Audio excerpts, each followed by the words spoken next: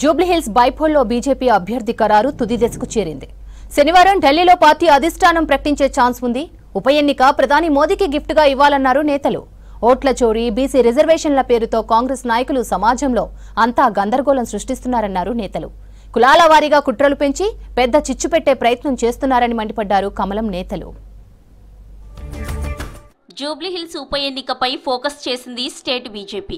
Party అభ్యర్థిని final చేసేందుకు శనివారం ఢిల్లీకి వెళ్లనున్నారు బీజేపీ రాష్ట్ర అధ్యక్షుడు రామచంద్రరావు. హస్తినాలో జాతీయ ముఖ్య నేతలతో భేటీ కానున్నారు. చర్చల తర్వాత పార్లమెంటరీ పార్టీ బోర్డు మీటింగ్ ఉంటుంది. ఆ మీటింగ్ లో అభ్యర్థి పేరు ప్రకటించనున్నారు. ఇప్పటికే జూబ్లీహిల్స్ ఆశావాహుల్లో 3 పేర్లతో షార్ట్ లిస్టు తయారు చేసింది బీజేపీ. అందులో ఒకరిని ఫైనల్ చేయనున్నారు. బీసీలను బీఆర్ఎస్, కాంగ్రెస్ మోసం చేశాయన్నారు స్టేట్ పార్టీ చీఫ్ రామచంద్రరావు. బీజేపీతోనే బీసీలకు న్యాయం జరుగుతుందన్నారు. ఉప ఎన్నికల్లో జూబ్లీహిల్స్ సీటు గెలిచి ప్రధాని మోదీకి గిఫ్ట్గా ఇవ్వాలన్నారు. గతంలో బీఆర్ఎస్, ఇప్పుడు కాంగ్రెస్ హైదరాబాద్ అభివృద్ధిని పట్టించుకోలేదని విమర్శించారు. బీజేపీ రాష్ట్ర కార్యాలయంలో జూబ్లీహిల్స్ బైపోల్పై జరిగిన ముఖ్య నేతల సమావేశంలో పాల్గొన్నారు రామచంద్రరావు. సమావేశంలో కేంద్ర మంత్రి కిషన్ రెడ్డితో పాటు బీజేపీ రాష్ట్ర ఇన్ఛార్జ్ అభయ్ పాటిల్, సంస్థాగత ఇన్ఛార్జ్ చంద్రశేఖర్ తివారీ పాల్గొన్నారు. ఈ రెండు పార్టీలు కూడా వీళ్ళు ఓట్లు అడిగేటువంటి నైతిక అధికారం లేదు.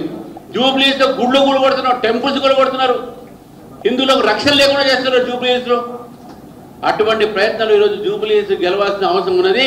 భారతీయ జనతా పార్టీ కంకణం కట్టుకుని జూబ్లీహిల్స్ గెలుస్తాము అనేటువంటి ప్రచారం చేస్తాం. దానికోసం ఈరోజు మన జూబ్లీహిల్స్ ఒక ప్రయత్నం చేస్తాం. ఒక 2-3 రోజుల్లో క్యాండిడేట్ డిక్లేర్ చేస్తాం. అది కూడా అవుతుంది దానికి. కానీ ఈరోజు అక్కడ మనం భారతీయ జనతా పార్టీని గెలిపించేటువంటి ప్రయత్నం చేయాలి. ఎన్డీఏకు గండి కొట్టాలనే పన్నాగంలో భాగంగానే ఓట్ల చోరీ, బీసీ రిజర్వేషన్ల పేరుతో కాంగ్రెస్ గందరగోళం సృష్టిస్తోందన్నారు ఎంపీ లక్ష్మణ్. రాజ్యాంగ పద్ధతుల ద్వారా చేయాల్సిన బీసీ రిజర్వేషన్లను కాంగ్రెస్ అపహాస్యం చేసిందన్నారు. కులాల వారీగా కుట్రలు పెంచి కాంగ్రెస్ లబ్ధి పొందేందుకు ప్రయత్నం చేస్తోందన్నారు లక్ష్మణ్. బీహార్లో బీసీలంతా కూడా అటు మోదీ, నితీష్ వైపు మొగ్గు చూపుతున్నారని, అన్ని వర్గాల ప్రజలు కూడా మద్దతుతో బీహార్లో ఎన్డీఏ గెలిచే అవకాశాలు చాలా స్పష్టంగా సర్వేలు నిరూపిస్తుంతో ఏదో ఒక రీతిలో బీజేపీ ఎన్డీఏ ఓట్లకు గండి కొట్టాలని ఈ అంశం తెరమీకి తీసుకొచ్చి గత 3-4 మాసాలుగా వారు పన్నినటువంటి పన్నాగం.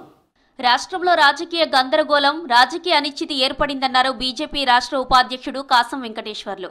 కాంగ్రెస్ రేవంత్ సర్కార్ తీరే దీనికి కారణమన్నారు. 100 రోజుల్లో బీసీ డిక్లరేషన్ అమలు చేస్తామని మాట ఇచ్చి తప్పిందన్నారు కాసం వెంకటేశ్వర్లు. రాష్ట్రంలో రాజకీయ గందరగోళం, రాజకీయ అనిశ్చిత పరిస్థితి మొత్తం కూడా బీసీలే ప్రధానంగా కారకులైనటువంటి విషయం. అధికారంలోకి వచ్చిన 100 రోజుల్లోనే బీసీ డిక్లరేషన్ అమలుపరుస్తాం. అధికారంలోకి వచ్చిన తర్వాత 6 నెలల్లోనే స్థానిక సంస్థల ఎన్నికలలో బీసీలకు 23% నుంచి 42% పెంచి అమలు చేస్తామని చెప్పేసి వాగ్దానం గొప్పగా బీసీలకు ఇచ్చినటువంటి విషయం మనందరూ కూడా విదితమే. మంచిర్యాల జిల్లా వేమనపల్లి మండల బీజేపీ అధ్యక్షుడు యాట మధుకర్ ఆత్మహత్య చేసుకున్నారు. ఇటీవల బతుకమ్మ వేడుకల్లో మహిళను కులం పేరుతో దూషించిన ఆరోపణలపై పోలీస్ కేసు నమోదైంది. దాంతో మనస్తాపానికి గురైన మధుకర్ నీల్వాయి అటవీ ప్రాంతంలో ఉరివేసుకుని ఆత్మహత్యకు పాల్పడ్డారు. మధుకర్ అనుమానాస్పద మృతి బాధాకరమన్నారు పార్టీ రాష్ట్ర అధ్యక్షుడు రామచంద్రరావు.